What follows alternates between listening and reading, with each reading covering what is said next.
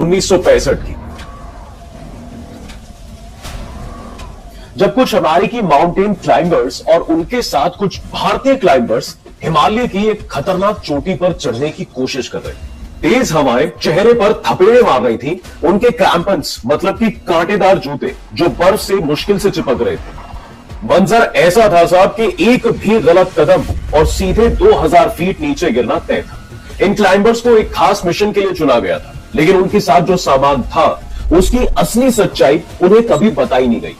और अगर उस सामान को कुछ भी हो जाता तो इसके नतीजे भारत के लिए बहुत ही भयानक हो सकते थे। ये लोग अपने आखिरी पड़ाव पर पहुंचने वाले थे कि सारा सामान पहाड़ पर छोड़कर वापस लौट आने का आदेश भी आ गया।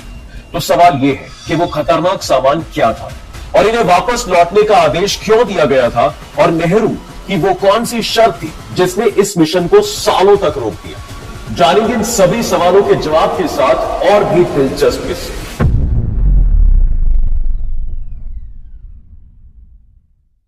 दरअसल साहब, चीन के उस वक्त के परमाणु परीक्षणों ने अमेरिका को बेचैन कर दिया था और यूएस चीन की इस टेस्टिंग की जासूसी करना चाहता था। अब चूंकि अमेरिका के क्षेत्र से बिल्कुल भी पॉसिबल नहीं था, इसलिए वो भारत की जमीन से इसको पूरा करना चाहता था। और इस मिशन के भारतीयों के लिए सबसे बड़ी बात यह भी थी कि इसमें भारत की तरफ से भी कुछ चुने हुए लोग शामिल थे।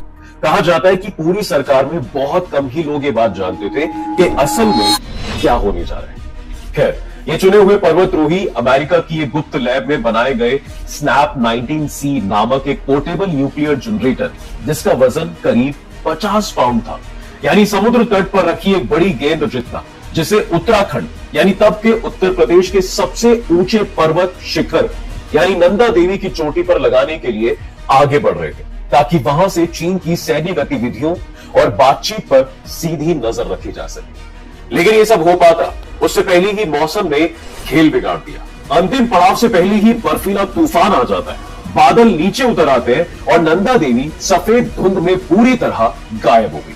तूफान इतना खतरनाक था कि आगे बढ़ना तो छोड़िए, खड़े रहना भी बहुत मुश्किल हो गया। इन लोगों के साथ हो रही दिक्कतों को नीचे एडवांस बेस कैंप में बैठे मिशन के सबसे सीनियर भारतीय अधिकारी कैप्टन MS कोहली सब कुछ देख रहे थे। हालात बिगड़ते देख उन्होंने तुरंत अपना वॉकी टॉकी उठाया।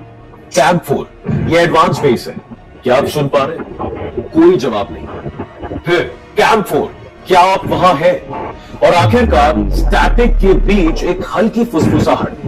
हाँ, ये कैंप 4 है। उस पल कैप्टन कोहली के पास गलती की कोई भी गुंजाइश नहीं थी, और अगर क्लाइंबर्स ऊपर रुकते तो अपनी जान गंवा बैठे।